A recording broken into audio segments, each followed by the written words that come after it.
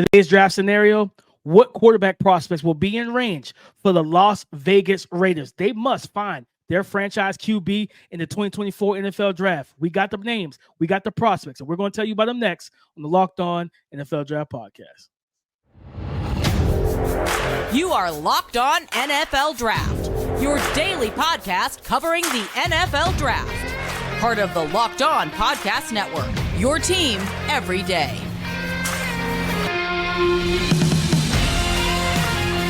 What's up, Locked On family? Let's get locked in. Welcome back to the Locked On NFL Draft Podcast, your daily podcast covering your favorite draft prospects, part of the Locked On Podcast Network, your team every day. I'm your boy, Damian Parson, always on the ones and twos. You can find and follow me on Twitter at DP_NFL. I'm a national scout over with the Draft Network. And guys, happy Wednesday, man. It is hump day. Happy Wednesday. Thank y'all for making Locked On NFL Draft your first listen today and every day. Shout out to you guys for being our everydayers.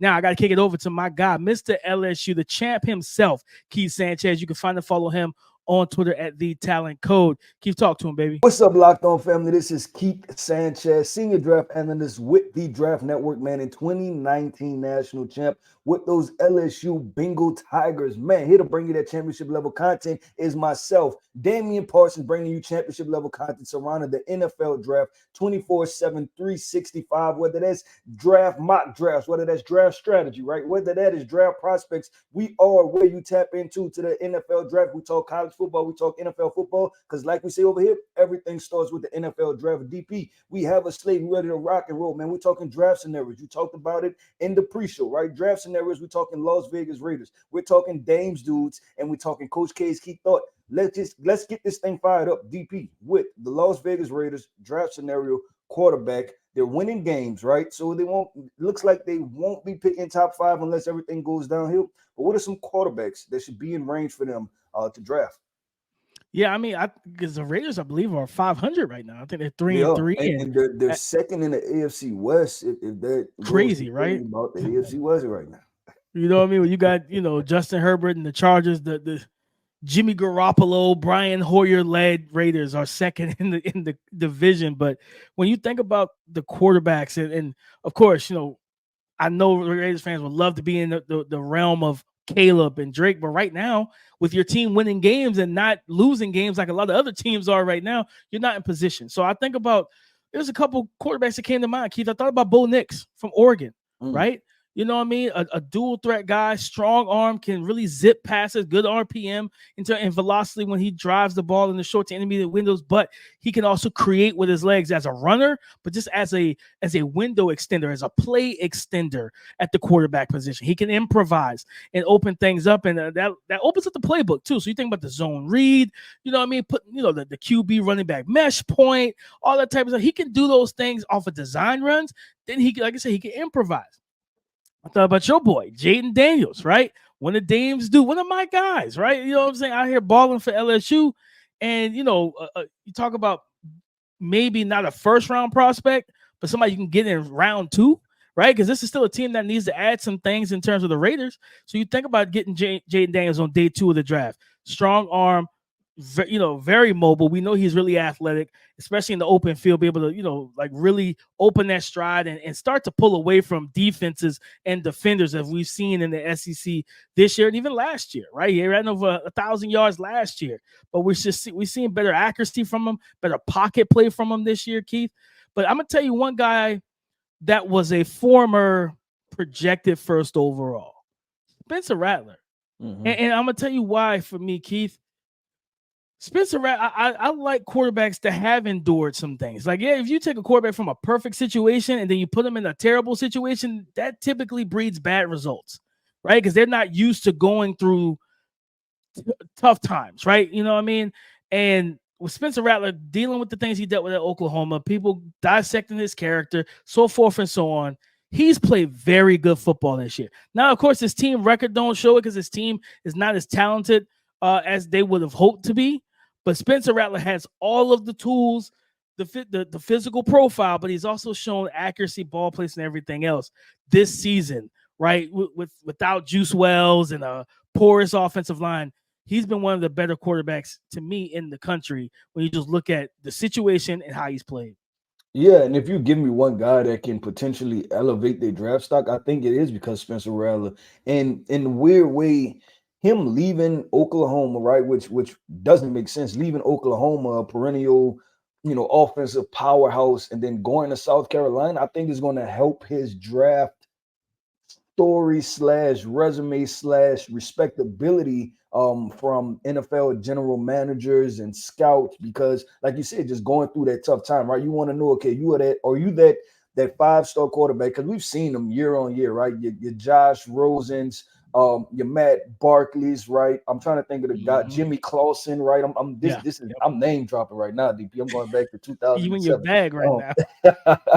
but just these guys that have been perennial. Oh, okay, I'm a five-star out of high school. Then I go to a really good situation in college. I, throw really well and stuff like that. And then comes the NFL time when things are difficult. I've never seen an adverse situation on the field, right? I haven't been on a bad football team, DP. That's Right. some of these guys just haven't really lost too many games since they were probably in the sixth grade, right? They've always Right. been Middle winners. school. So right, and just understanding how to go about this. So I agree with you on the Spencer Rattler conversation. At first, but you're talking about potential second round, and maybe Spencer Rattler falls to the elevates himself to the back end of the first round. We don't know, right? But there's one guy, and I say Quinn Ewers, and Quinn Ewers because the Raiders, and I'm looking at their schedule, DP, and it's funny that you talk about them needing a quarterback. Everybody's like, well, if they're 3-3, Jimmy Garoppolo is getting the job done. That's twofold, right? Because you look at some of the statistics, right? And we don't do a lot of stats, but we do some stats over here. DP, they have 100 points for, right? They have 131 points against. So you don't like that part doesn't even mesh, right? So it's like this is a 3-3, but I don't call it a false 3-3 because you are what your record says you are, right? But you still know that we have to get better Yep. offensively, right? And have to get better play from our quarterback. And I don't think Jimmy Garoppolo was ever brought there to be the long-term solution for Josh McDaniels. So when I talk about a Quinn Ewers DP, I like Quinn Ewers, and there's two reasons. I think the Raiders will have a shot to get him because let's say they finish 15 or something like that. I'm wondering if the top three quarterbacks, Caleb Williams, Drake May, Michael Penix, I wonder if they're starting to separate themselves or Quinn Ewers is starting to put a gap in between him and those three guys, right? And if it's going to be that because of the arm talent and things like that, and just I don't even want to call it sporadic play, right? But the consistent level of elite play is something that is not just a Quinn Ewers problem, but it's the Texas problem. But you're also the quarterback of that offense, right? So I Yeah. wonder if Quinn Ewers is going to fall a little bit in the draft because he's not very. I think he's 6 foot 210 pounds or 200, or I think might be listed at 195 on the team roster on the website, right? And then, like I said, when I watch the film, I don't see an elite level arm, to go along with that. And we know what I always say, DP, that if you're small, you better be special, right? You better have Yeah. something special about what you do and how you approach it. So we'll see. I like the Quinn Ewers situation, and then I also thought about coming off the heels of that Monday night game with the Chargers and the Cowboys. I thought about KJ Jefferson a little bit, just because Mhm. I think if you can snatch him up in the third, fourth round, that's a la Dak Prescott, and that's probably going to be my draft comp for him. That Mhm. wouldn't be pretty bad, right? And I know there's a lot of Dak haters out there, and people think Dak is the worst quarterback, right? But if you look at the statistics, if you look at his play on the field, he's a starting level NFL quarterback, right? Everybody can't draft your Justin Herberts and your Patrick Mahomes every single year. Facts. So if their goal is to find a starting level quarterback while also being able to fill out the rest of this roster, talking about the interior defensive line, the offensive line, one of those guys, KJ Jefferson, I feel like could be a potential guy. That's a dark horse name, and Dak, Jalen Hurts has always been kind of the comp stratosphere for KJ. So I like that. I like that name pull because he could be a late day two type of pick for him, where they can continue to use the first two rounds to build this team up and this roster up and the talent. I like that key. So KJ Spencer, there's a lot of quarterback talent available in this class, even if this team doesn't finish top 10. Yeah, and Aiden O'Connor was saying, "Don't forget about me." That's what he's I trying to say. forgot. I'm on. He's trying to say I I'm on forgot. this roster too. But DP, man, we have to transition, man. We have to transition to what Dames dudes. Like I said, is my favorite segment, and my name's not on it, but I get to put DP on the hot seat. So coming up next, man, we're going through Dames dudes, and I'm going to give a little bit of sneak peek. This is a wide receiver edition. So Stay tuned. Our partners at eBay Motors have teamed up with Locked On Fantasy Football host Vinny Iyer to bring you some of the best fantasy picks each week all season long. Guys, whether you're prepping for a daily draft or scouting the waiver wire every single week, we're going to provide you players that are guaranteed to fit on your roster. So let's see who Vinny has picked out for us on this week's eBay's Guaranteed Fit Fantasy Picks of the Week.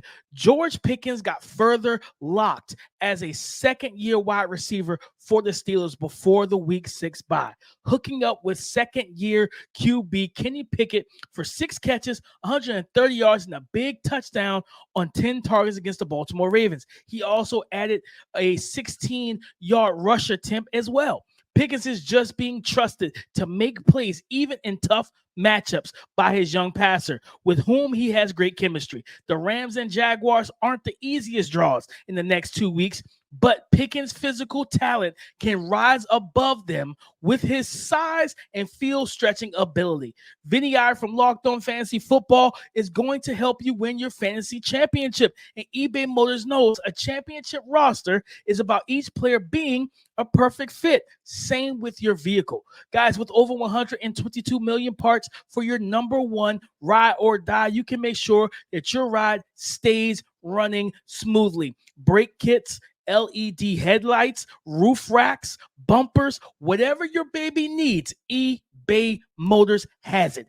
And with eBay Guaranteed Fit, it's guaranteed to fit your ride the first time, every time, or your money back. Plus, at these prices, you're burning more rubber than you are cash. So it's very simple, guys. Keep your number one ride or die alive at ebaymotors.com, because eBay Guaranteed Fit is only available to you as customers, eligible items only. All right, Keith, you said it's a wide receiver for this. You got 5 wide receivers for me. Let's see who gets in, who got to get out of line. DP, let's start this off, man. We're going to Big Blue, Michigan, right? We've been critical. Maybe we haven't been critical, but the college football world has been critical from the perspective of who has Michigan played, right? Because they look like one of the better teams offensively. JJ McCarthy is clicking on every different level, right? I put him in the first round of my mock draft. I think he's playing that well right now. So DP, let's start with the wide receiver, man. Roman Wilson. Is he a Dames dude or not? Yeah, Roman's a Dames dude. He's one of those kind of smaller, speedy receivers. I always have at least one or two every year. One of them small, speedy, fast receivers that can do a lot of different things, move around the offense, take the top off the defense. And this is a young man who has legitimate speed. I would not be surprised, Keith, if he hits sub 4.4 when we get to Indianapolis at the Combine. I like what he brings to an offense. Is he a number one wide receiver? No, that's fine, right? He can get you yards after the catch, but his explosiveness, his deep ball ability to win on the third level of the defense and really force safeties to stay back, be the deepest of deep. I love that ability that he brings to this offense, especially for an offense that likes to run the ball. Okay, we talking you like small wide receivers, right? You say every year there's a couple guys that you kind of you put your name on. You say, hey, this is a Dames dude. So look, we about to roll with this. Mario Williams, wide receiver for USC. We know what just happened against Notre Dame this past week. But how do you feel about Mario Williams? I think Mario is a solid prospect. He's not a Dames dude right now. Like, I mean, I think he's athletically gifted, right? It's twitchy, explosive. But I feel like every time I watch this offense, I walk away wanting more from Mario, because I think he can be that kind of the Hollywood Browns and stuff, like, because he has legitimate speed as well, just like Roman Wilson. Mario Williams is fast. He's quick twitch, all that. And I think they might be close to the same height and weight, almost the same size. But I just don't see enough impact plays from him where, like, this year, I was like, okay, is Mario? No, Jordan Addison's gone. I was like, is Mario Williams going to be the top receiver for USC? And it looks like it's been Jerry Rice's son, Brendan Rice. Granted, I mean, that's Jerry Rice's son, so whatever. But I'm just like looking at it from this aspect. I can't put Mario into the club. He can't get in because right now I need to see more from him. I just walk away feeling like, bro, you can have a bigger impact week in and week out than you do. Yeah, okay, good. And I'm right there with you. And I felt like that I was optimistic, right? Because some of the underlying problems right now, I seen last year when I watched the film, right? But you were optimistic that, hey, if you're stepping into the number one role, just based off a target share or you being elevated to the number one guy, right? Expecting to turn the corner. And I wonder, DP, if he's one of those players, because we give players the small tag and say he's too small to do X, Y, or Z. Mhm. But you just wonder if his limitations are centered around arm length and the big frame and things like that. So we'll see, because they still have what 5-6 games left to the regular season, and then potential Pac-12 championship with USC. So we'll just see, and in a bowl game, right? So we'll see how that thing kind of plays out for Mario Williams for that USC offense. But I want to keep it going, DP. And this is Mr. Showstopper himself. We talked about him earlier in the week. Yeah, we talked about him Monday, DP. And that is Florida wide receiver Ricky Pearsall. Has he made it to the club names dudes? Yeah, no, Pearsall's in. Pearsall might have been in last year with when he was with Anthony Richardson. I liked what I saw from him. Route running, separation, tough, gritty, strong hands, can make those contested catches. Not like, okay, yeah, he's out here mossing guys, but when we talk about those contested catches happen on the ground too, guys. Like, it's not just battling for 50-50 balls in the air in the sky. And like, no, you running slants, and you got a linebacker or somebody right on your hip. Can you still make that play through contact? That's still a contested catch, and he shows that ability to me. And then that what we saw, this past Saturday, man, being the guy that really carried that passing offense. And when they needed a play, he was the guy. It was the same thing with Anthony Richardson.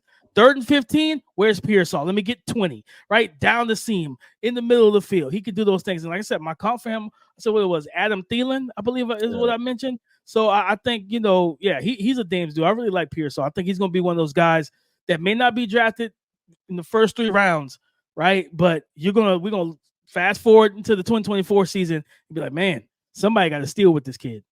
Yeah, I view him as one of those guys that if they go to the right situation in the NFL, right, just a quarterback, like a solid quarterback, they're gonna have a better NFL career than a collegiate career, just because that, like, since he's been there, right, pre Anthony Richardson, you're talking what Emory Jones, and since he's been at Florida, it just hasn't been consistent high level quarterback play. Yeah. So I agree with you. I like Ricky Pearsall also. And like I said, I think his NFL career has the potential. You're talking about potential with Puka Nacua emerging out of nowhere. He can be one of those guys, right, that he just understands how to get open. You can tell he's a high IQ and he has a natural instinct for playing the football game. But DP, let's keep going. I'm going back to Big Blue. I'm going back to Michigan. Our guy, I know we talked about him a lot last year. I know I liked him a lot. I liked him a whole lot, and it's been fairly quiet, and his usage has been fairly, I guess, strict, you can say, right? It's been really defined, and that is wide receiver from Michigan, Cornelius Johnson. Is he still in the club, or is he out the club? Is he? You just don't know. Where is he? He's still in line, DP? Did you kick him out? Where is he? I gave him a pass and said, "Be back later." You know what I mean? I wrote him a note and said, "Be back later. I got to see some more things." And I think they're coming down the stretch of some big games. And this weekend, Penn State, which, guys, we will be talking about all that on Saturday morning, right? You know what I mean? Saturday morning live stream, 10:30 a.m. Eastern. Tap into that. But yeah, he's got some big games. Penn State this weekend. You're going to have Ohio State coming up, right? So you think about Denzel Burke and that secondary that's playing better football this year than they played last year, right? So he's got some big games that I'm just waiting to see, right? I just told he was in the club last year. I really like this tape, all coming off of 2021. 2022, they just didn't target him enough, and it's kind of the same thing now. So I'm like, okay, what happens if you get into a game where, say, Ohio State's able to score, and you can't rely on the run game. And now JJ McCarthy is throwing the football. Can you take over the game? Can you be that 6'3", 6'4", 210, 215-pound wide receiver? Can you go out there and dominate the game? I'm waiting to see that from him. So right now, he's not in the club. I gave him a note. We'll talk.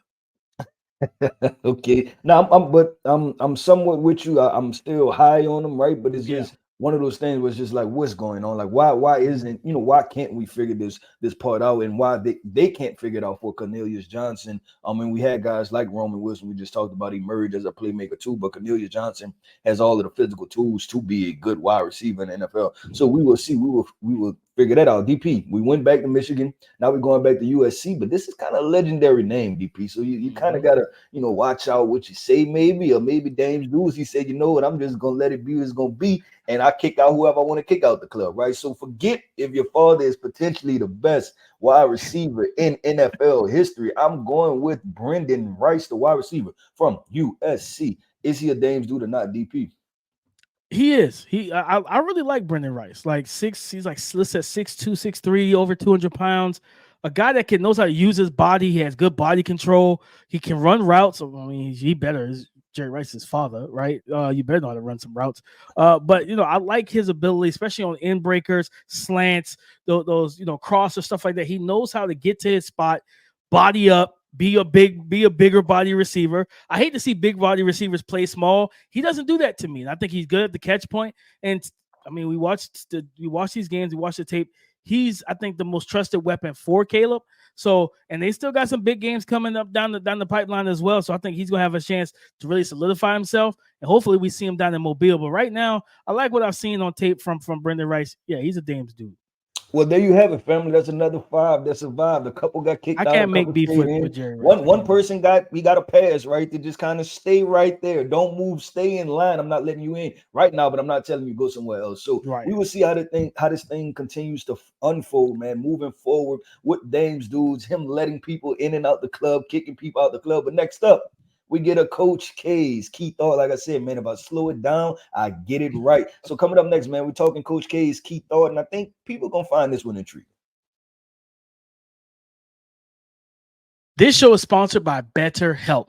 Guys, do you ever feel like your brain is getting in its own way? Like you know what you should do, you know what's good for you, but you just can't do it. You feel like you can't make the movements you need to make the right decisions. Well, therapy helps you figure out exactly what's holding you back so you can work for yourself instead of working against yourself. All right. And sometimes it's as simple as finding positive coping skills, right? Setting the proper boundaries. You want to do everything possible and have the most help available to empower you to be the best version of yourself for number one, yourself, for your loved ones, whether it's your spouse, your children, your mom, your dad, your best friends, whoever it may be, you want to be the best version of you. If you're thinking about starting therapy, give BetterHelp a try. It's entirely online and designed to be convenient, flexible, and suited to your schedule. All you got to do is fill out a brief questionnaire and get matched with a licensed therapist, but you can also switch therapists anytime at no additional charge. So make your brain your friend with BetterHelp. Visit betterhelp.com/locked on today to get 10% off your first month. That's BetterHelp, HELP.com/locked on. All right, Coach K, what is the key thought of the day? DP, we Monday night football on Sunday, right? And what was week 5, week 6, right? 6 weeks of football. I think we just wrapped up. Was it or was it 5? For NFL, yeah. 6 weeks. It was 6 weeks. And then even the weeks previous, right? We've talked about like this is not a great product or something is missing, right? Something is missing. And what's missing, DP, is the offensive explosion, right? It offensively is not looking great. And we're coming off the heels of the Jets upsetting the Philadelphia Eagles with a backup quarterback, right? And then we're coming off of the heels of the Browns beating the 49ers with a backup quarterback. We're coming off Monday Night Football where both starting quarterbacks were there. It was a decent game, but it was still a 20-17 football game when we thought it was going to be a 35-34 type shootout. DP, my key thought is that the defenses have finally caught up with the offenses. And this is going to, I think the teams that go forward this year are going to be the teams that are great defensive teams, to be honest. Because when you look at it, you just look at the subpar. All of the quarterbacks are struggling, right? Patrick Mahomes, I don't maybe not struggling. Let me not use the word struggling, but we haven't seen the fireworks, right? From even the top level elite quarterbacks, Patrick Mahomes, Josh Allen, Justin Herbert, right? We've seen Jalen Hurts. That's our Yeah. 4 elite quarterbacks. Joe Burrow. We've seen all of these quarterbacks struggle not once, but 2-3 times this year, right? From defenses and what they're able to do. So I'm looking at it, man. And when you're talking about a Super Bowl contender and Super Bowl winner, I think defense, we're going to be surprised. The defense in the run game has made an appearance. And that's my key thought, DP, that defense in the run game, they're coming back.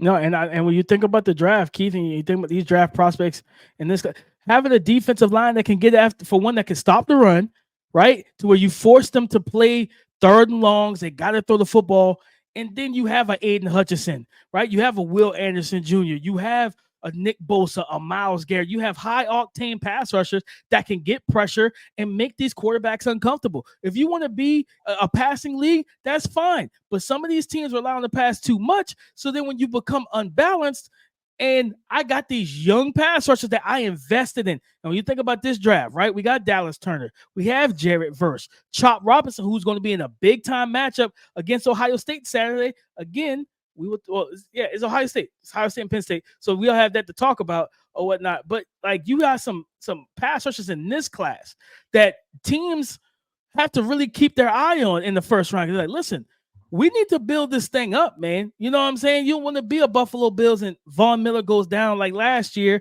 and you have Greg Rousseau, but who else do you have, right? Like you want to have 2 to 3 pass rushers. You look at the Denver Broncos; they don't have any young pass rushers right now outside of Nick Bonito. So they need to add pass rushers. And like I said, this edge class, the 2024 edge class is a little murky right now outside of the top 3 to 4. So you got to see who else is coming down. You got Muhammad Kamara from Colorado State. If you remember the Colorado game, that was a young man that was tearing up that Colorado offensive line and getting back to the Shador Sanders and everything. Like there's some under the radar pass rushers. Chris Braswell doesn't get talked about enough at Alabama, but he's had a strong season. So I like that key thought, Coach K, because investing in defense, right? It feels like every time we talk about positional value and everything else, it's always offense, wide receiver, quarterback, right? No, draft defenders, draft corners, draft a Kool-Aid McKinstry. Go get you a Kalen King, a Denzel Burke. Go draft these really talented defenders and watch them help build your defense up. Because like you said, you look at a lot of good teams right now, even the Chiefs, their offense isn't playing great, but their defense is playing good football too. You know what I'm saying? We all know what the San Francisco 49ers are able to do. They play physical, tough, aggressive defense. The Baltimore Ravens, their offense is still figuring it out. Lamar Jackson's doing his thing, but those receivers are trying to figure it out. But their defense is physical. Their defense is playing Baltimore Ravens defense. So I like that. I like that a lot, Keith. I like that a whole lot. That thought, I don't think a lot of people really think about it. I don't think people really notice that the defenses are shining right now. Yeah, and the thing is that if you bring the defense in the run game, like I said, that was my key thought. The defense and run game is making a comeback, right, to the NFL, is because you look at the Dallas Cowboys, right? And we talked about the Dallas Cowboys and the Chargers being a good matchup is because they both still kind of finesse teams, right? But when the 49ers went against the Cowboys, it looked like the Cowboys were not even an NFL team. Like they went Facts. up and down the field because they were the more physical team. But then when you see the 49ers go against the Browns, right, which is a physical team, DP, guess what? The Browns were able to hang in there and match with them. Same thing with the New York Jets, right? They're a physical football team that play good defense, right? They were able to hang with the Philadelphia Eagles. So I think that's just what we're going to see. Even when the Jets played the Chiefs, right? Like they had no reason of being in that game. Eventually the Chiefs won, but the Jets were in that game because they were physical, they played defense, right? And they were able to get the job done. So yeah, that's definitely my key thought. And I'm going to pay attention to when I think what happened, DTP, is that it took NFL defenses time to be able to adjust, right? And the huge thing, the biggest adjustment was not the X's and O's, but the personnel, right? Like, okay, what type of linebackers are we using? Getting these smaller linebackers and things like that. And then now you finally get the shift to where, okay, now the personnel and the scheme matches to what the offense is doing. So now we have to zig again. I think offenses need a zig again, right? Zig when other people are zagging. And the zig is going to the run game and playing defense, right? And I think that's going to be the key. And this is going to make this so fun because we have a lot of those teams. The Detroit Lions, right? They're a running football team that's, trying to play better defense. So it's going to make it fun because we're really going to have a clash of two different ideologies, right? Those teams that went to the defensive run game, but then those teams that decided to say, hey, we're going to go 11 personnel, 10 personnel, right? And still pass the football and try to sling the rock all over the field. But DP, man, that wraps up today's show. That was another episode of the Locked On NFL Draft, man. I want to say, like I say every single day, shout out to our everydayers. Thank you for tapping in with us every single day, man. You can find me, Keith Sanchez, on Twitter at DTalentCode. You can find DP, Damian Parson. You can find him on Twitter at DP _NFL. Come talk to us because we like to talk back. Listen, guys, as always, subscribe. Go subscribe and follow for free on YouTube or wherever you listen to podcasts. Get the latest episode as soon as it is available. Thank y'all for making Locked On NFL Draft your first listen today and every day, Monday through Friday. Listen, shout out to y'all for being the everydayers. Come and join the conversation again tomorrow. We have Thursday Night Football, so we'll talk about how that game can impact the NFL Draft. We'll get into game predictions late, all that type of stuff, man. We'll have a nice, fun show for you guys tomorrow. So come and join the conversation again tomorrow on the Locked On Podcast Network, your team every day.